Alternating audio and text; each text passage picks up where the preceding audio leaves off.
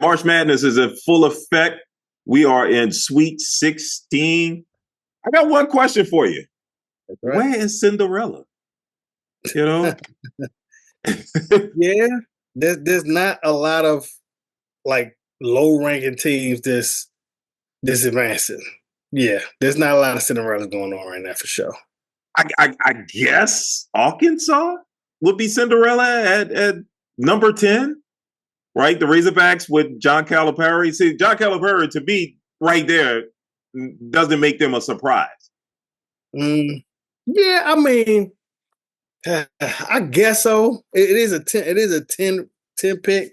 I mean, if you're going to say Cinderella is the lowest ranking team, pretty much. Right. But it got to be low. I'm thinking low, like 12, 13, 14. Somewhere around there. That's what I'm thinking. Yeah, 10, I'm thinking that. But I'm also thinking it has to be a team that doesn't have a star player and that doesn't have a star coach. And the Razorbacks have a star coach, right? You expect something out of the Razorbacks because of the coach. So I would say BYU is probably more of the surprise team of the tournament, right? But they're number 6 seed, so not too much of a surprise. But no, I don't think anybody had them this far in a tournament, Sweet 16. Maybe I don't know. Yeah, so I'm impressed. I mean, they were playing Wisconsin. So when they're going against Wisconsin, some of the pundits were saying that they could beat Wisconsin, but they were just worried about them not being in the altitude because they thought they played better. They got that altitude advantage when they're playing the BYU. But they played a tough game and ended up beating them in a close game. That's true. Ended up beating Wisconsin in a close game. So, yeah, I mean. They're unexpected, but like I said, man, you need somebody that got to be like a lower rank. They got to be like 15, 12, 14. Yeah, you know what I'm saying? 14. It got to be some lower rank. UMBC or something like that, right? You know what I'm saying? The lowest ranked team you got left is who? Who's the lowest ranked team? Arkansas. Arkansas? Yeah. 10th, that's it. 10th ranking. Yeah, that's the lowest ranked team. I'm looking at it right now. Arkansas. Yeah.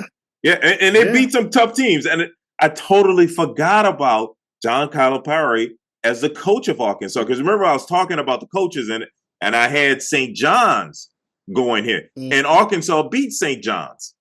Yeah. So, right? Because they have a great coach. That's what I was looking at, was the great coaching. But we have to ask ourselves, has the NIL changed all of this, right?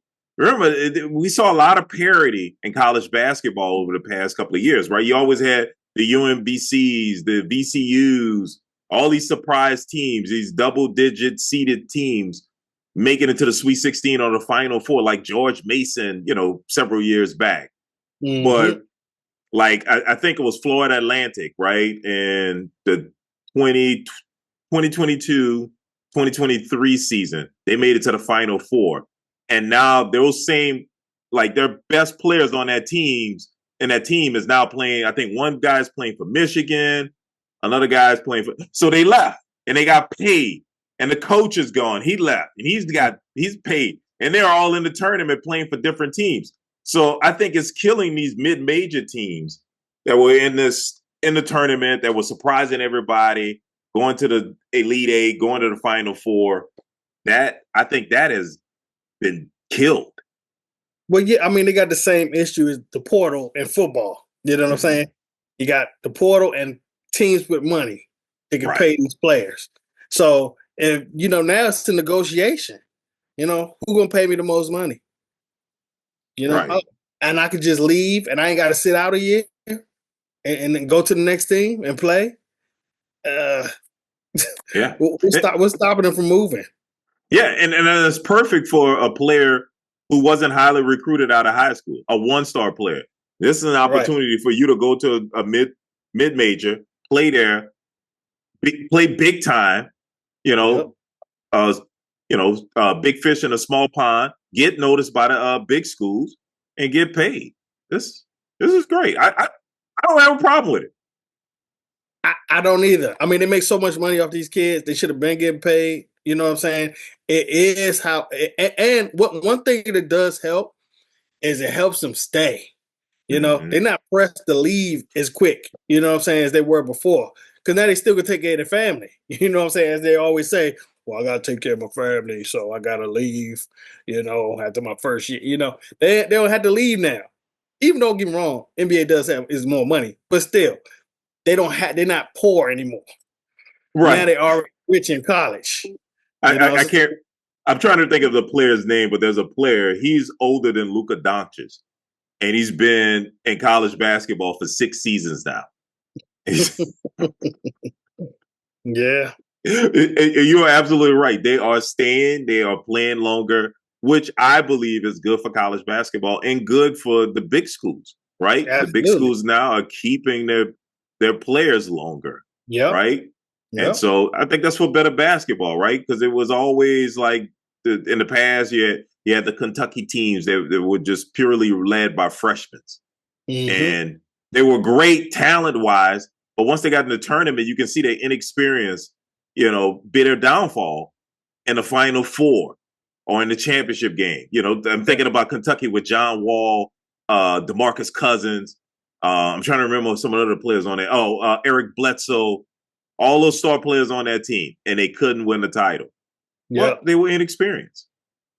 Yeah, man. I mean, yeah, it's like you don't have these polished players no more. You know what I'm saying? Playing 3 or 4 years, and then coming out a polished player. They come in and kind of, wet behind the ears a little bit. They still got a lot to learn.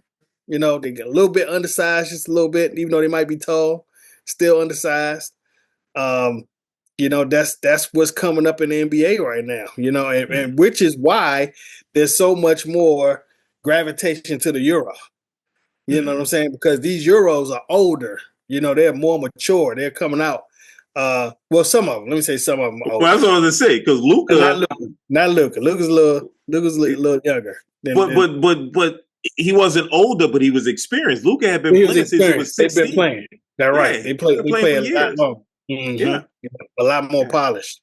A lot more polished. They come back over here more polished because they've been playing without playing the NBA, been playing for so long at such a young age at the highest level that they come out more polished. Right. And you just don't get that when people in America and they go through the system, play for 1 year, and then they're in the NBA. Right. Yeah. Well, I can see this helping the American players, right? They play in college for 4 years. I mean, because they got guys. Well, a lot of these guys that's in their 6th season. I think they got some waiver because of the COVID season, right? So they got an extra year of eligibility, maybe 2 years of eligibility because of the COVID season. So we probably won't get these 6-year veterans in college basketball, but we'll probably get 3 and 4 year veterans, which I think will be good for the NBA. Right? Yeah, it will be. Yeah. Because we'll have a lot more college people coming out. Right, exactly. Because I was a little annoyed with the drafting of potential, because a player had an NBA body, because they had the speed. Like Eric Bledsoe was on the bench in Kentucky, and he was drafted in the NBA. He didn't even start. Right. But we knew he was going to be great, but he wasn't polished when he got to the NBA, and it showed this first couple of seasons. And then eventually became a star. Right. I mean, but now you're going to, like I said, you're going to get because they don't even have enough time to establish yourself in college no more. You just kind of know the guys because they were already big name recruits when they came into the college. But you don't see nobody like really developing in college no more. Right. There's no superstars developing anymore. You know what I'm saying? Right. I mean, we had the Jerry Stackhouses, the Glenn Robinsons. You know what I'm saying? You used to have Allen Iverson. You know what I'm saying? You used to have these players in the that kind of we already knew them from college. You know what I'm saying? From playing in college a few years before they went to the NBA. And that you bring up a very good point, because I think that's part of the reason why the ratings are dropping in the NBA, right? I thought that was the NBA's and NFL's biggest advantage over the other sports, is that their college-based amateur sports was just as popular as they were. Right. And then the players who develop into superstars in college eventually transition over to the NBA, to the professional leagues, NBA, NFL, and they had a huge following that followed them to the pros. Yep. And that kept the attention, that kept the draw and the viewership of the pro leagues fresh, because they always had a huge following that came over from the college game into the pro game. And I think that's what the NBA was starting to hurt from the one and dones, because the one and dones wasn't carrying that huge following with them. Yeah. So I would say, Steph Curry, like that. I watched him when he played at Davidson. That was exciting to watch. And so, when he got to the NBA, it was like, I got to see what this kid is going to do. Just like, just like a bunch of other players. They had great college careers. Kevin Durant, I had to see him play in the NBA because I saw him at Texas. So, that's a huge part. So hopefully that comes back, with players playing longer in college now. Right. They might hopefully they come out more seasoned, you know what I'm saying? They need to build their brand up a little bit in college, you know what I'm saying? Become a star first before they get to the NBA, and then bring that stardom to the NBA. Then you have more people watching. Right. For sure. Yeah. So, I want to bring up something. We're going to transition to the women's game. Hey, real quick, before we start that, did you see the controversy in that Maryland Michigan State game with the travel? Yeah, with the travel. Did you see? Definitely traveled. Yes. Clearly, I'm getting tired of this. Referees can't decide the game. Yes, they can. They can. Yes. You have to call the travel. You have to, especially if it's blatant like that. I mean, he took like 4 or 5 steps on that. Was like, that's a travel. Come on, man. Like, seriously. How do you not call that? How do you miss that? And I'm rooting. I'm rooting for Maryland. I'm looking at it. For Maryland. I'm from Maryland. I went to Maryland. You know what I'm saying? I wanted Maryland to win. Right. And I was happy when they won. When it happened, I was like, oh, y'all was at the casino, and the whole casino went, wow, we was going nuts. And then when it happened, well, we looked at that damn replay. I was like, oh my God. But see, that was the travel like a bug. Oh yeah. It was. But that's the thing about it. Like, and I officiated some games, and this is not to say I'm some professional referee or anything like that. I only did it for like a year. Right. And, there is talks of, not trying to decide the game, allowing the players to decide on the field. But that's in the event of like ticky-tack call. Like in football, you can call holding on every play. Yeah. It basically happens every time. Yeah, you could. Absolutely. Yeah. But and during the games, you see it. And you'll tell but you won't call it. You'll tell a player, hey, watch the hands. Yeah, hey, you close. I'm real close. You're real close. Yeah, you give them a warning, and then eventually, like, okay, I warned you before. You keep doing it. Now I'm gonna start flagging. Yeah, right. Yeah, so you do things like that, and when it comes to basketball, the physical nature of the game, ticky-tack fouls, especially when they're being physical, you try not to call those things. Yeah, but blatant travel, blatant double dribble. You gotta call that. Yeah, you have to. You just have to. That's one of the basic rules of the game. You can't ignore it, even in crush time. And you're giving the advantage to to that team because you're allowing them to take 4 steps. Right. And the defender's at a disadvantage. Or what? Well, damn it, he can't do that. Right. If somebody clobber him, comes through and just clobbers him and knocks him out of bounds, you're gonna call the foul. Right. So you got to call the blatant travels too, the blatant offensive fouls too. That was egregious. It was. And my man giving the interview and everything, I just knew it was going to go in. I'm from Baltimore, baby. Like, yeah, and you he had the extra step. Of course he's going to go in. Now, right. He got to stabilize himself when he took the shot. Yeah, right. You got 2 extra steps. Yeah.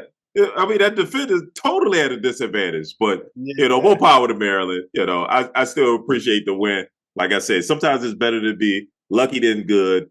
And Maryland was definitely lucky on that because that was obviously a travel.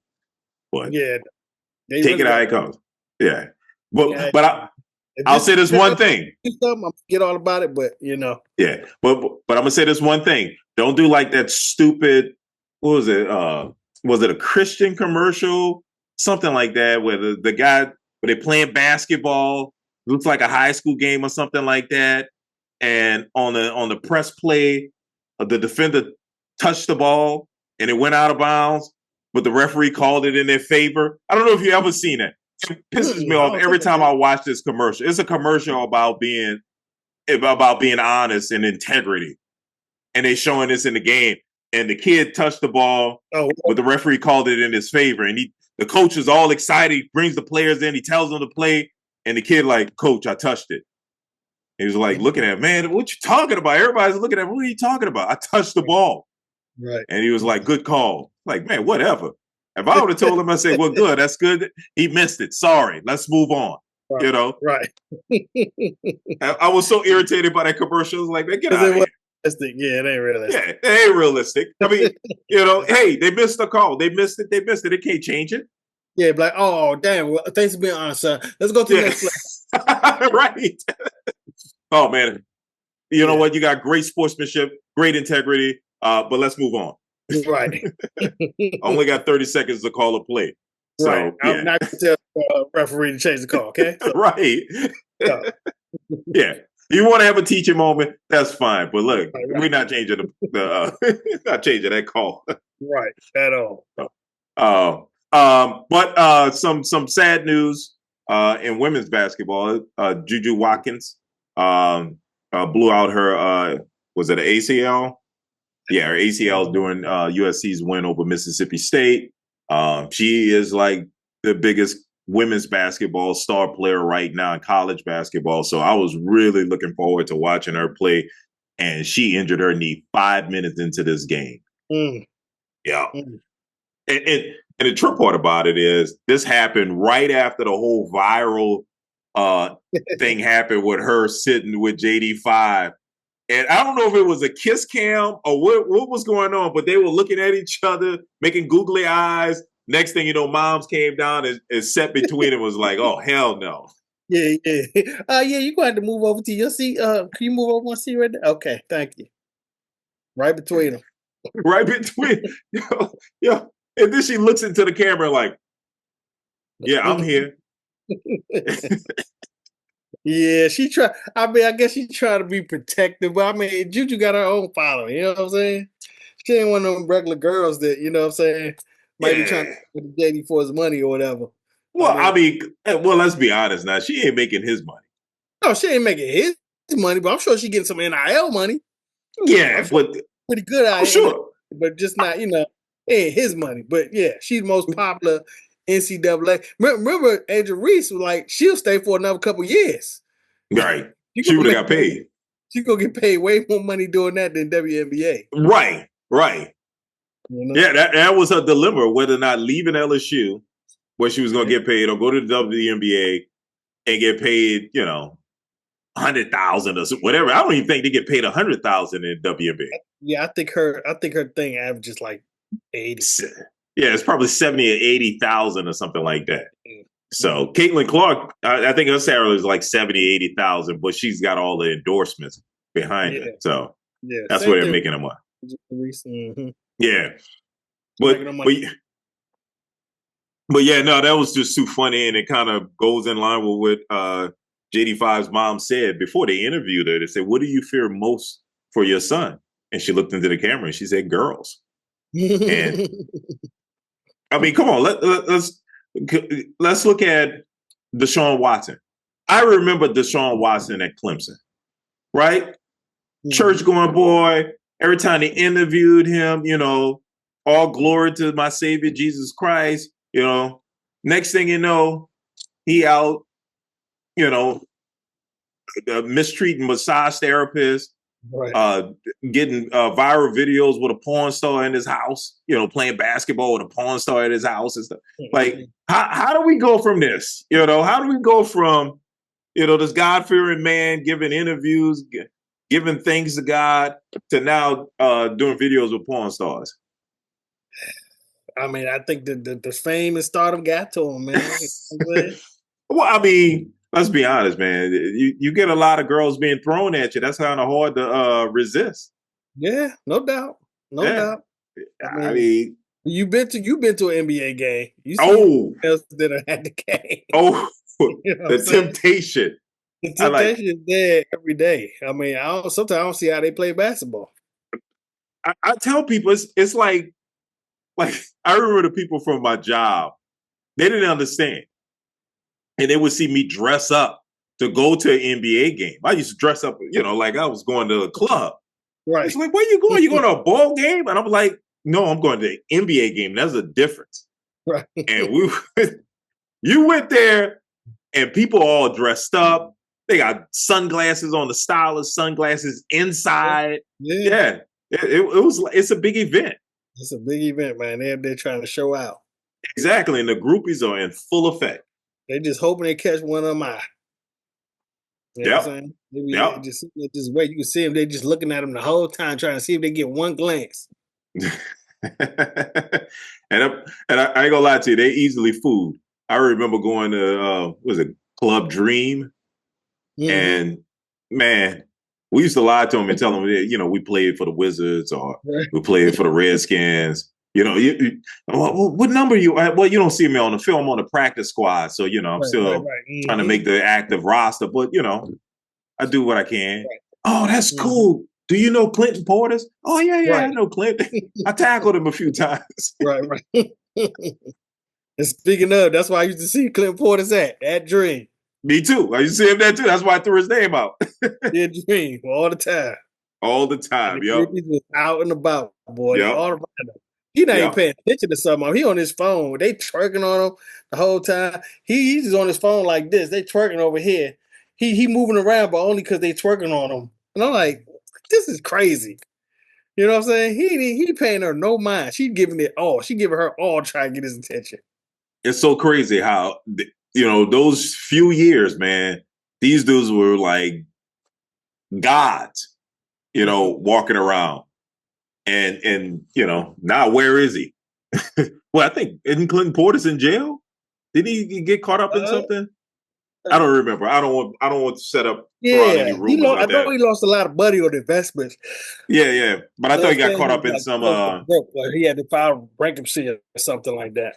Yeah. No, I just remember a couple of players getting caught up in some insurance scam. Yeah. And I don't want to put his I don't want to say that, he was part of that, but I remember a group of players getting caught up in that. But back to Juju Watkins. So yeah, she's done for the season. So I expect her to come back next year at USC to play a third season there. So maybe she'll come back bigger and better. Yeah, man. Somebody got to hold the torch up for college female basketball because, I don't think I've watched 5 minutes of a game since Adrian Reese and Caitlin Clark. Level. That is true. I hadn't watched the game either. I was planning on watching USC, but I don't want to watch the first round, to watch them beat, some no-name school by 40, 50 points. That's not competitive. I don't want to see that. I'll wait till you get the Sweet 16, Elite 8, Final 4. I'll wait till that. Elite 8, I'll start paying attention to see who's there. Right. Is South Carolina still alive? Are they still alive? I know that team. Right. Well, I got to see some competitive basketball. In that first round, that's a waste of time. Just 30, 40, 50-point blowouts. Oh, my God. Yeah. Yeah, I mean, they even blew out Mississippi State. It's like, Yeah, dog. It was just bludgeoning. If you wanted to make some money, y'all talk about some. You just bet the first half for the favorite in the first round. It was just they were killing the underdogs. Yep. They were just killing them left and right. And some of the teams I ain't even had to look. I just said, okay, who's ranked? It's 12 against 2. Okay, 2 first half. That's it. It was that easy. It was that easy. It was. Yeah, and I kind of remember. I remember the men's games used to be like that. Back in the 90s, that first round used to be devastating. I mean, teams were getting blitzed. by 50 points. Yeah, but you don't have time to build up teams now. So, you know what I'm saying? You can't build that dynasty team like that. Right. Duke, back in the days when Duke had Bobby Hurley and Christian Laettner and Grant Hill all on the same team playing together for multiple years together. That's why that Duke team was able to beat some of those younger teams back then, right? Did Duke, was it Duke that beat Michigan when Chris Webber called that timeout? That infamous timeout? I think it was Duke that beat him. I can't remember who they were playing. I just remember Chris Webber running to the dead court. First he traveled. He traveled first. He did travel. And then go all the way to the corner. Time out. What time out? Oh, I take it back. Nah, dog. Can't do that. Right. Yeah. So, it's just we'll just have to see what happens. With UCLA, but it's still a pretty good team even without Juju. But we'll see. And our thoughts and prayers with her. Hopefully she makes a full recovery, and we'll see her play better next year. And hopefully, hopefully she was, within time she was able to get JD5's phone number and call him later. We'll see if she's on the sideline. We see her all the way across country over here at some Washington games, or you know what I'm saying? Yeah. We see her out here, doing her rehab. We know why. We'll see. We know part of the rehab is with JD. Right. Yeah, they got the best specialists in DC. I'm gonna go over there and have him look at the knee. Yeah. I'm gonna work out in DC. Right. Yeah. Once Moms find out about that, she'll be here too. That's gonna be a huge story when it happens. Yeah. It right now. She's gonna be in DC. It's NFL offseason. She's gonna be in DC. Thanks for joining us again. We do this thing every week. Make sure you like, comment, and subscribe, and we'll see you next week. Holla.